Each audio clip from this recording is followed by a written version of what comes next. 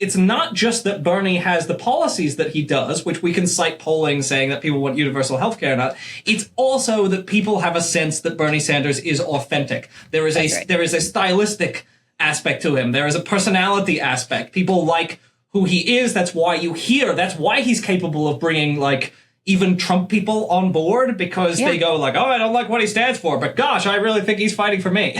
Yeah, no, he is a divisive figure in the best possible way. And, you know, if you ask the question, like, there was a lot of discussion about this they them ad that Trump ran that was, you know, Kamala Harris is for they them, Donald Trump is for you.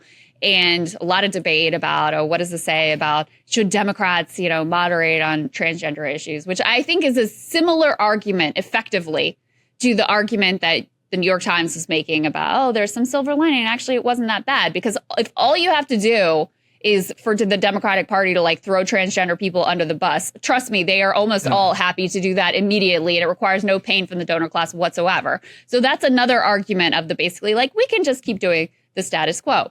But in any case, if you believe, and I think there's, you know, reasonable argument to be made that that ad was damaging to her whatsoever, you have to ask yourself this deeper question of why. Why was she susceptible to an argument that she doesn't really care about you and your family? She cares about these quote unquote fringe cultural issues.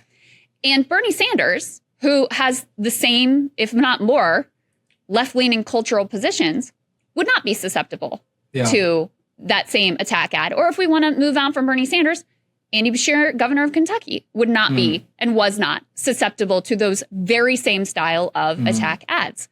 And the answer is very simple, because they have credibility on the issue of caring about you and your material interest and your family and fighting for that first and foremost and putting that at the center of their politics.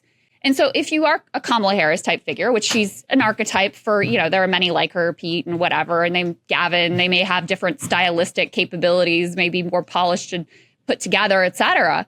But if you are that type of politician who's just moving around to wherever the current moment blows you and whatever the donors are telling you or whatever your focus group poll tells you as well, then yeah, you are going to be susceptible to an attack that you're not really focused on things that we care about, or potentially are focused on things that we're actively uncomfortable with.